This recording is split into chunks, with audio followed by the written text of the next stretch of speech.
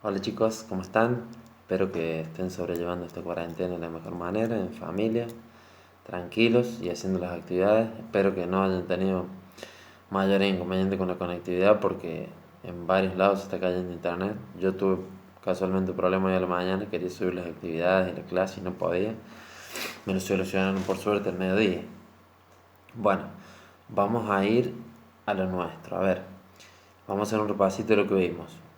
Hicimos un repaso general de la generación de los 80 y sus políticas, un poquito de campaña del desierto, mercado exportador, inmigración, un poco de ley Sáenz Peña también vimos, de la parte más que todo política, un poco de la revolución de 1890 y después vimos a grandes rasgos los tres gobiernos radicales. Pasamos a Europa y volvimos un poquito para atrás en la línea de tiempo y vimos lo que son las ideologías del siglo XIX. Recuerden, siglo XIX estamos hablando de 1800 a 1900. Bueno, ¿cuáles eran las ideologías estas?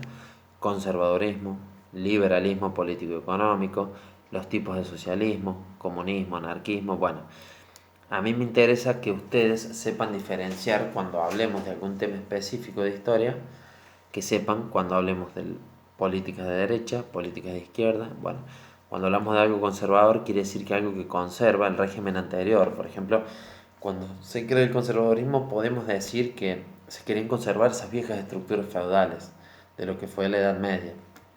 Cuando hablamos de liberalismo, de la Edad Moderna, recordemos el liberalismo se creó en Inglaterra.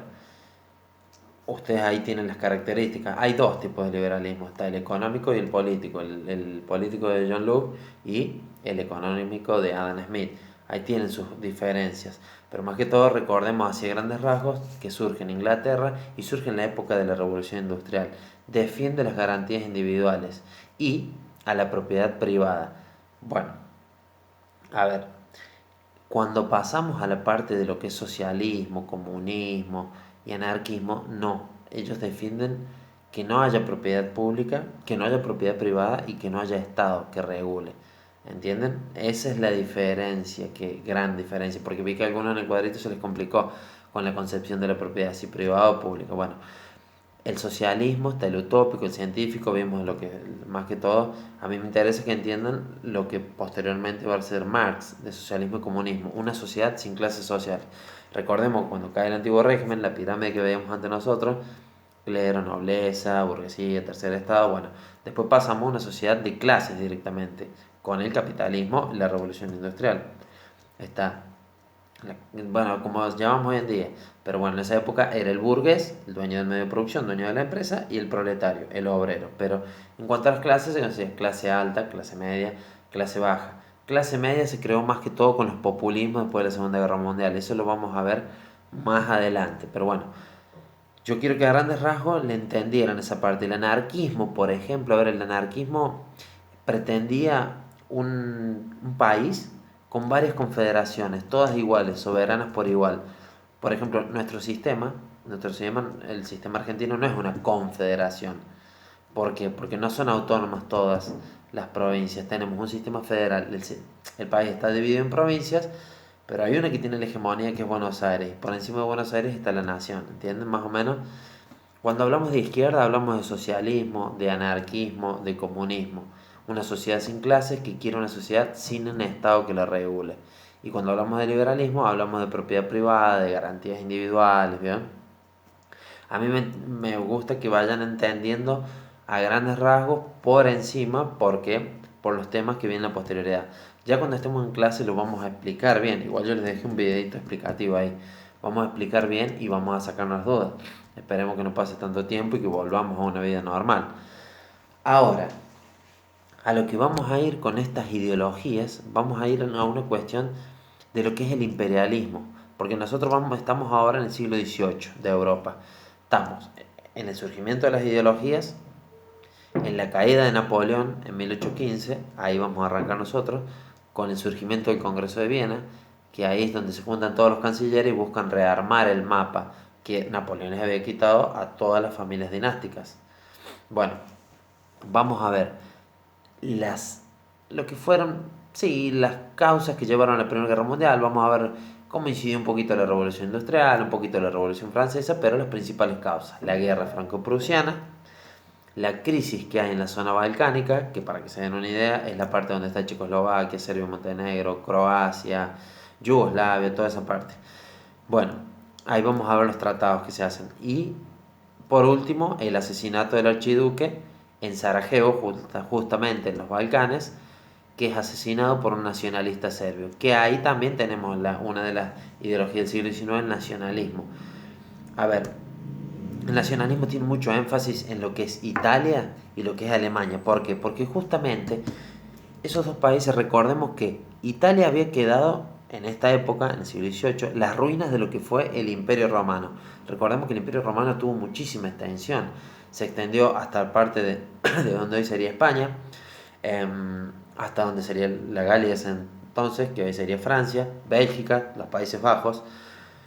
Se buscó ir hasta Irán, se conquistó parte del norte de África, prácticamente Egipto todo conquistado. Se buscó ir al Reino Unido, Inglaterra, no se pudo, pero bueno.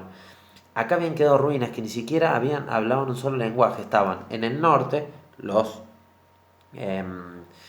Borbones, que eran una dinastía francesa. En el centro, en Roma, había quedado el Papa, como siempre, en el Vaticano. Y en el sur, el reino de Piamonte.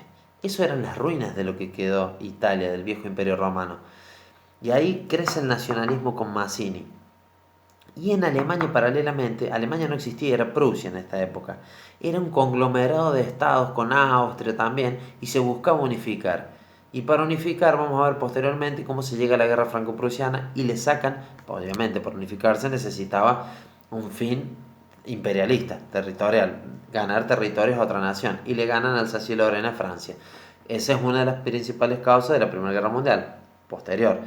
Bueno, acá en Alemania un expositor del nacionalismo, el surgimiento del nacionalismo y el estado de bienestar es Bismarck. Y entonces vamos a ver en una otra clase, ahora vamos a centrarnos en imperialismo. En la próxima clase vamos a ir ya a la unificación de Italia y a la unificación de ese conglomerado de estados prusianos y austríacos que va a formar Alemania, la futura Gran Alemania o el Imperio Alemán. Recordemos que estamos en el siglo XIX, 1800 a 1900. Ahora nos vamos a centrar en el imperialismo. Recordemos esto, que las potencias tenían, las grandes potencias de la historia, sabemos que las de la Edad Moderna fueron la España hegemónica por sus colonias en América, la Francia absolutista por sus fuertes monarquías absolutas y la Inglaterra industrial por su revolución industrial. Bueno, vamos a ver cómo después de esas independencias que vimos en tercero el año pasado, después de esa independencia Estados Unidos empieza a aplicar políticas, y una de las políticas era la doctrina Monroe, que era América para los americanos. Ante cualquier intento de ataque europeo lo iban a considerar una ofensa y se iban a ir a un ataque bélico o a una guerra. Bueno, entonces, ahora estas potencias imperialistas, ¿qué buscan hacer? Buscan ir para otro lado a conquistar y colonizar. Van a Asia y a África a seguir sacando esclavos de África, como lo hicieron a lo largo de toda la historia, y en la parte de Asia a buscar especias. Bueno, recordemos, un concepto clave es potencia hegemónica. Un país que es potencia hegemónica tiene que tener poder político, económico, digamos. Una potencia hegemónica tiene que poder, un gran poder económico y político, obviamente, y poder militar para poder conquistar a otras naciones. Esas son las potencias imperialistas. Ahora yo les voy a subir las actividades y les voy a subir un videito de lo que es el imperialismo, un tema sumamente importante. Vamos a hablar de lo que es imperialismo y neocolonización, en la época donde estos países, estas potencias, futuras potencias, se van rearmando. Por ejemplo, Alemania, Bismarck, que es un ideólogo del sistema de alianzas, para lo que posteriormente van a ser las guerras mundiales, la primera sobre todo, o la Gran Guerra. Como Bismarck ve que ante un posible conflicto bipolar entre dos naciones, él estaba en desventaja con, por ejemplo, Francia, que era una potencia que ya venía rearmándose y tenía un gran ejército, como lo había demostrado con Napoleón. Y en esta época Francia seguía rearmándose por más que había perdido Napoleón en 1815.